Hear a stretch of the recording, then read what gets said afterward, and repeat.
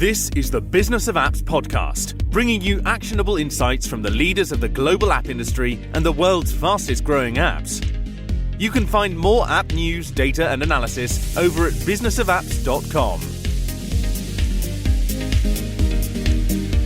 Welcome to the Business of Apps podcast. On this show, we invite app industry professionals to cover various topics. We promise to do our best to keep it both insightful but brief. In this episode, we have Paul Müller, CTO and Co-Founder of Adjust. Paul, welcome to the Business of Apps podcast. Thanks for having me. All right, so all of us get up in the morning and move through the day doing a bunch of things, living our busy lives, and to be honest, quite crazy ones as now. We need to perform a lot of tasks, small and big. To help ourselves organize our life better, we automate some of those tasks. And a couple of simple examples could be have your calendar app suggesting you to create an event automatically based on the content of your email, or creating a Google alert in a Google account to keep tabs on a specific topic for work. Now, people who are in online marketing know firsthand what it takes to be efficient with what you're doing for a living. Put it simply, today it's just impossible to do marketing without automation. On today's episode, we want to talk about marketing automation on mobile. And to do that, we invited Paul to break it down for us. But before doing that, Paul, please tell the audience about yourself.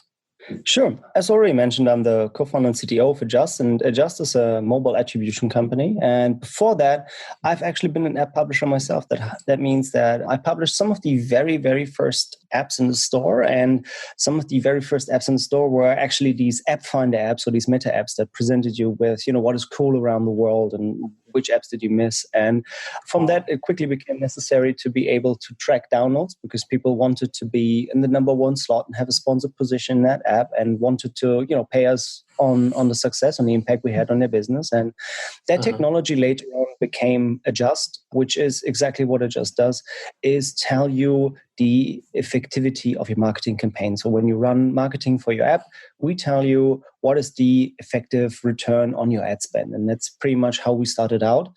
And from there on out, we took these kind of next steps into automation quite recently. We acquired a company around 1.5 years ago that had a strong focus on that. After having asked the simple question to our clients, what is it that you do all day? Because, as you said, there's our days are filled with kind of small, repetitive tasks a lot of the time. And when it comes to app marketing, it was really surprising to us how out of hand the repetitive part of this job has gotten, right? If you run with a number of networks and you want to be able to run a lot of campaigns with these networks, you often simply get into a point where you have to do the same thing over and over and over again. So while Adjust was able to tell you how successful actually your marketing was, to then change it and enact that decision to go in and adjust all of these bids, adjust these volumes, change creatives is such a repetitive, tremendous task that it is a major roadblock to actually being able to do all the things that you say would like to do. The things that from the creativity of a marketer, from the ideas that all the things they want to do is a lot bigger than the things that they will realistically do. And that was for us the kind of starting point to start looking into automation as an enabler for the creativity of a marketer. So you guys did decided to adjust the life of a regular marketer for the better to get back his life back to him, creative life, just get rid of a lot of repetitive stuff in his life and basically set out his creativity for real, like create the experiment, but not be basically drawn into repetitive tasks over and over on a daily basis. Exactly. And it's one of the kind of big, differences we see in our philosophy when it comes to automation, because when you say marketing automation, it means, different things to different people. And one of the kind of core differences that we found in our definition is that we don't want to replace the human element. I believe marketing should be about human connection. But right now it is about who can click the most, basically, right? Who has most time and nerve to do repetitive things over and over again. And for us, when we look at automation, it's not about an efficiency gain, like saying you now need only 3 people to do the job of that before 10 did. I don't think it is about that, and it shouldn't be about that, because the efficiency gains we get are not an order of magnitude or 2. They are 3 or 4 orders of magnitude, which is so crazy that the ability what one human can do suddenly explodes, and the job transforms from, doing the same thing over and over again and going like, oh, maybe I would like to try this experiment, but saying just setting this up with 3 or 4 partners will take me all day, and then I have to spend the next day's hours just to adjust my bits on these campaigns, and I'll keep everything in check. Have a look at this. And if you can get all of this away, a single human could run so many experiments, could try so many different things, and could much better tailor the marketing to the actual individual position of the user in the app and try to reach out to the user on a much more contextual level than right now. Because right now you would never set up a campaign aimed at such a small amount of users, not because it wouldn't be efficient to talk to them on such a close level, but simply because setting up a campaign like this is just uneconomical. Got you. Speaking of your philosophy about marketing automation and its definition, can you think of did you have the set of challenges, like the list of challenges you're trying to address for ad marketers when you were developing products to automate marketing? Sure. I mean, I don't want to give away our entire roadmap, but it is pretty easy. If you're an app marketer yourself, you just look at what you do all day, right? The first thing that we want to tackle with the first product that we launched to all of our customers, the Control Center, is to actually just remove the work of adjusting your bids and volumes. That means every morning, what a marketer typically does is to look at the numbers of the running campaigns, how they're performing, and increase the bids on those that perform well and increase the volumes, and do the opposite of those that don't perform well.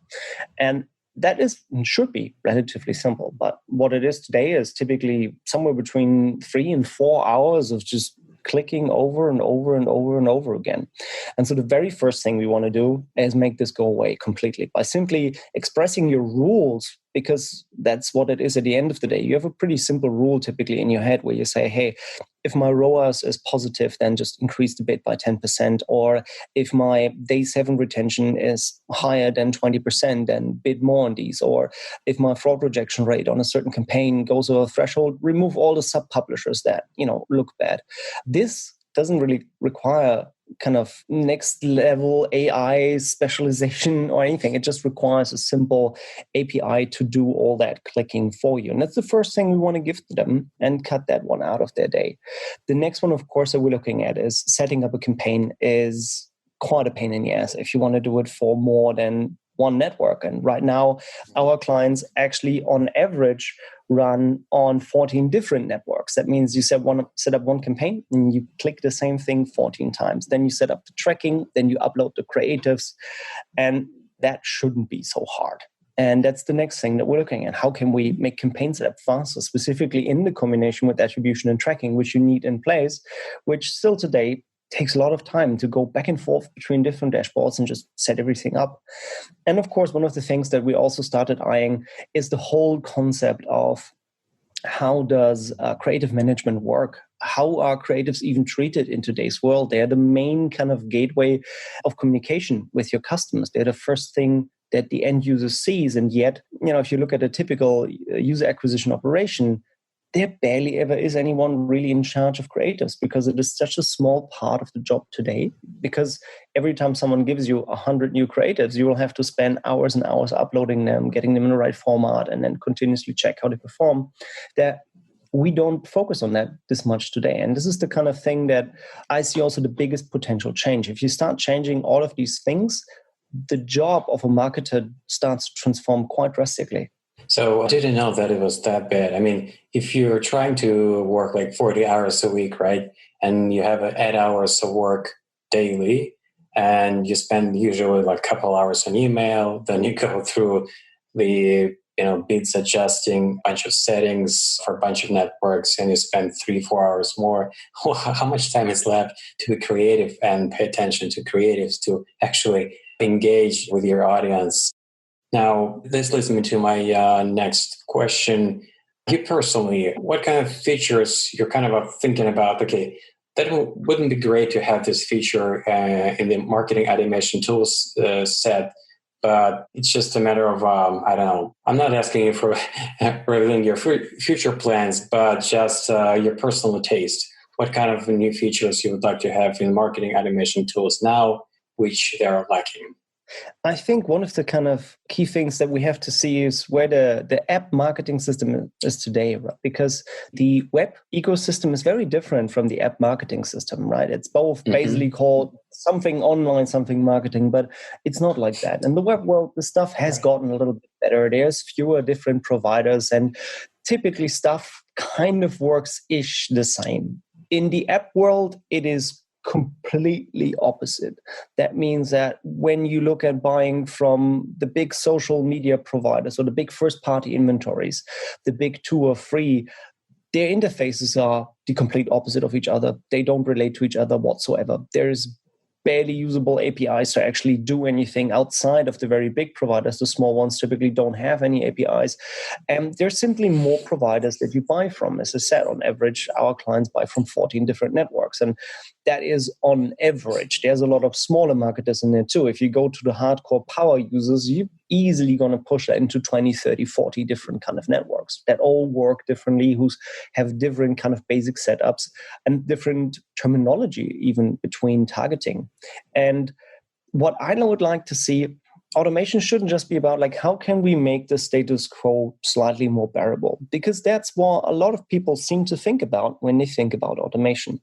When I think about automation, I like to look ahead into how should the world be and then work backwards from what needs to happen for this to work. And my favorite example is to say where I believe the paradigm for user acquisition should move or will move, where we can already see some of our clients actually going. And if you look at user acquisition today for apps, it's basically a huge funnel where you push in new users into your app. You try to acquire as many users as possible for your app, hence the name user acquisition. Now, the very advanced ones often have some type of retargeting where they look at the people that have churned and try to put them back at the top of the funnel, right? Where they say, hey, everyone that has used my app in 30 days, I want to retarget them or something. And that is considered advanced today. But what if you would be able to say your job is user acquisition for a game, and you know that people churn once they lose 3 times in a row? Imagine you could run a campaign for everyone that had lost 3 times in a row and offer them a special item that'll, ensure they'll win the next time, or something very much coveted that is worth giving to them because they'll come back in the app and play again. If with a push of a button, you could create such a campaign and run it across all of your marketing partners, not just like 1 or 2 networks, but 10, 15 networks, no problem. Select a pool of creatives where a designer gets direct feedback, which of those work well for this campaign and which ones don't, so that he can start focusing on honing in on the best possible creative. And you as a marketer can run these experiments without any huge oversight, where you can simply say, hey, the KPI I'm looking to optimize for is this. Please do everything necessary within these boundaries to make that happen. And the thing is, what would happen next is, of course, that you wouldn't just congratulate yourself and spend the next 8 hours, hanging out on Reddit. You would actually come up with another idea. You would say, okay, if I can't reach them like that, maybe I should, try to reach them out a different way. Or I find a different point in my app where I see a potential to bring a user back in or to upsell him something.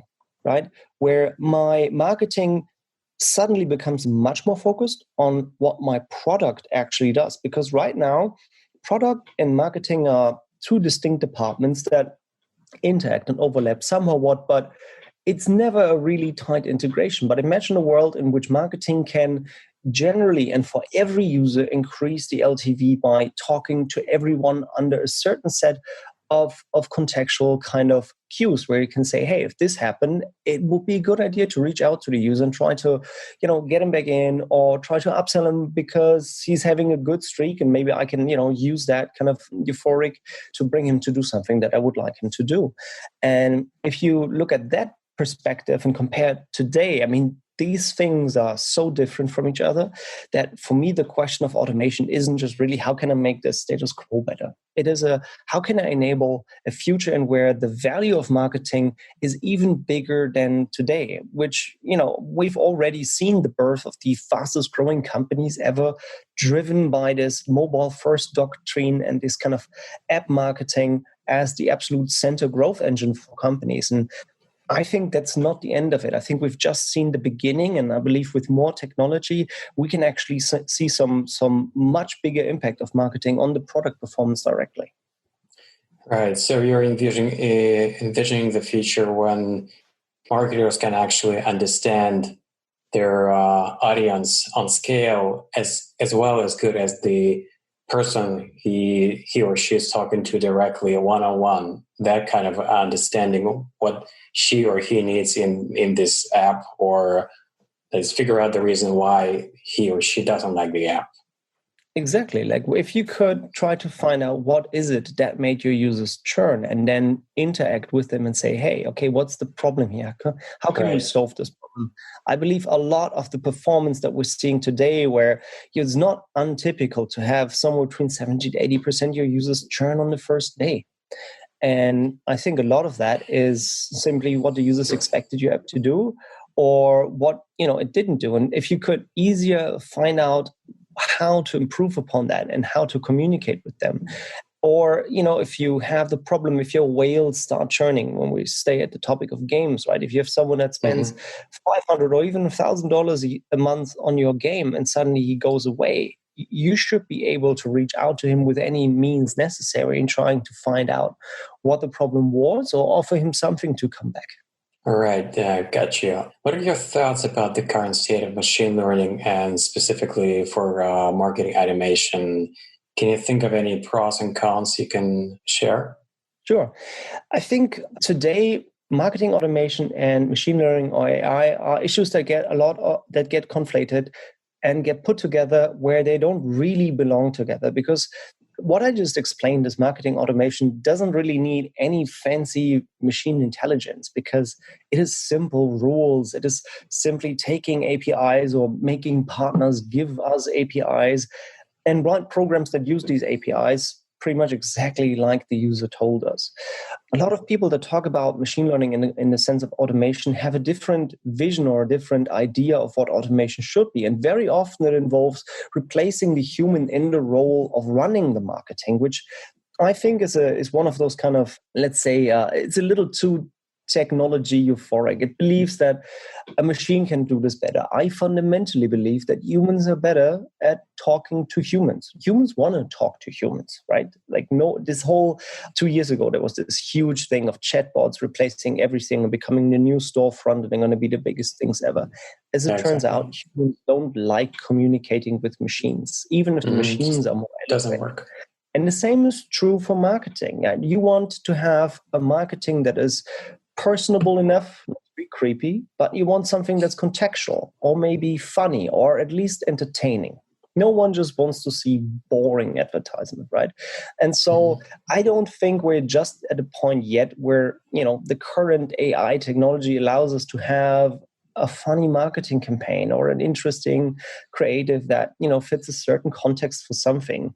That is something we're still very, very far away from. But what we do have is the technology to take at least a lot of the tedious stuff that we're currently doing away and focus more on coming up with something clever and smart. Because I think the people that think, hey, machine can do this job, fail to understand what the marketer could do if he wouldn't spend his time on, grinding through Excel-like interfaces over and over again. I think for me, it's a little short-sighted to say, hey, all of this should be done by a machine. We don't need humans at all. Marketing can all be run by one big AI blob. Again, as I said, that is something where I think it's a little too short-sighted. And also it sells short the ability of humans to come up with clever stuff. Now, when listeners will be listening our conversation in their homes, and this is the quarantine where pretty much all of us are in at this moment, I want to ask you, what would be your suggestions for app marketers when their work routine, probably not for all of them, some of them could begin to work from home before that. quarantine happened. So as of now, so much more marketers work from home, and it could be really drastic change in their workflow. They may feel not familiar. They don't know how to be productive in this environment. What would you suggest? Well, I think from a marketer's perspective, despite having to work from home, this is an opportunity. We can see our traffic has increased over 20% in the last couple of weeks. And we're talking that at a very, very high base level. Some of the gaming publishers we see basically have doubled their traffic. That means now is the time. Your customers are sitting at home looking at their phone, not doing too much, right? So reach out to them. Try to run campaigns. Prices are coming down because the availability of inventory is going through the roof. And as I said, now might be a time for a funny campaign, right? Like cheer people up a little bit. Don't be too gloomy. And reach out to them, offer them some entertainment, right? And I believe that right now is a pretty good opportunity for that. Of course, from the marketer sitting at home or working from home, that's pretty much the same thing as everyone else right now working from home. We all have to find a way to stay sane, to exercise a little bit, not go crazy. But right now, it's, I think, also very important not to be too focused on, this is a huge crisis. And it is of course, a huge struggle and problem. But also from an app marketer's perspective, all of your customers are on their phone right now. So you might want to, start reaching out to them. Right, totally makes sense. Now I have a few quick questions for you, kind of funny ones where I ask every guest on the show. So, okay, iOS and Android, on which side are you? iOS. I started out with the very first iPhone as an app developer, so that's where my heart still is. You're continuing the tradition, like pretty much every guest we had, except perhaps one or two, which is on the Android side. That's an interesting observation. What is your first mobile phone? That was a Nokia 3210. It was a very robust phone, and it did do Snake, so it already had games. Cool. Okay, let's get back to this day. What is your favorite app now, and why? My favorite app, at least according to my screen time, seems to be Reddit, because I love being able to consume a little bit of content on the go, and Reddit allows you very tailored kind of flow of articles and news, and I'm a big fan.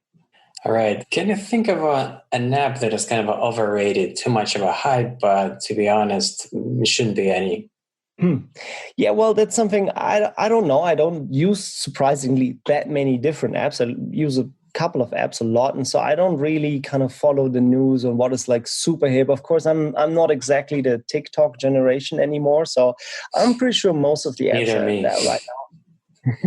get a lot of useful to their users, but I guess that's on a very individual level, so difficult to say from my end. All right. What are two app technologies are you most excited about?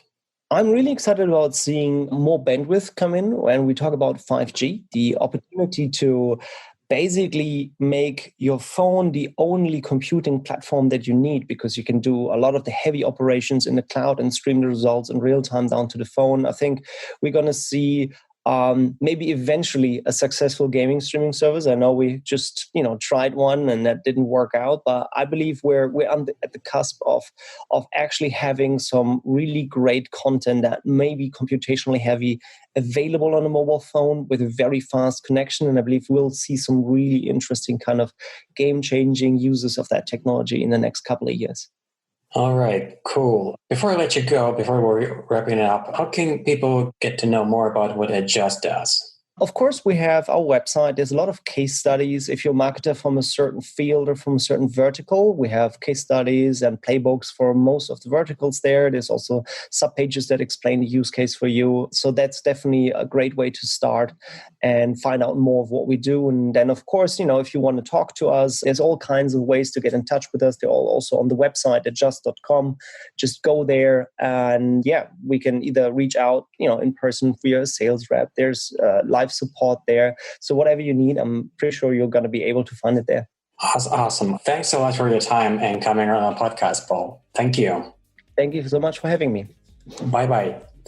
Bye-bye. And that was Paul Müller, CTO and Co-Founder of Adjust. To listen to more episodes, subscribe to our podcast on iTunes, Spotify, and Stitcher.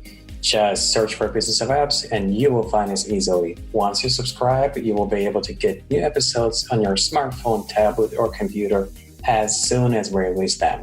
And please don't forget to leave us a review and comment. It is highly appreciated. And all episodes will also label on businessofapps.com. Till the next time. Thank you for listening to the Business of Apps podcast. For more, head on over to businessofapps.com.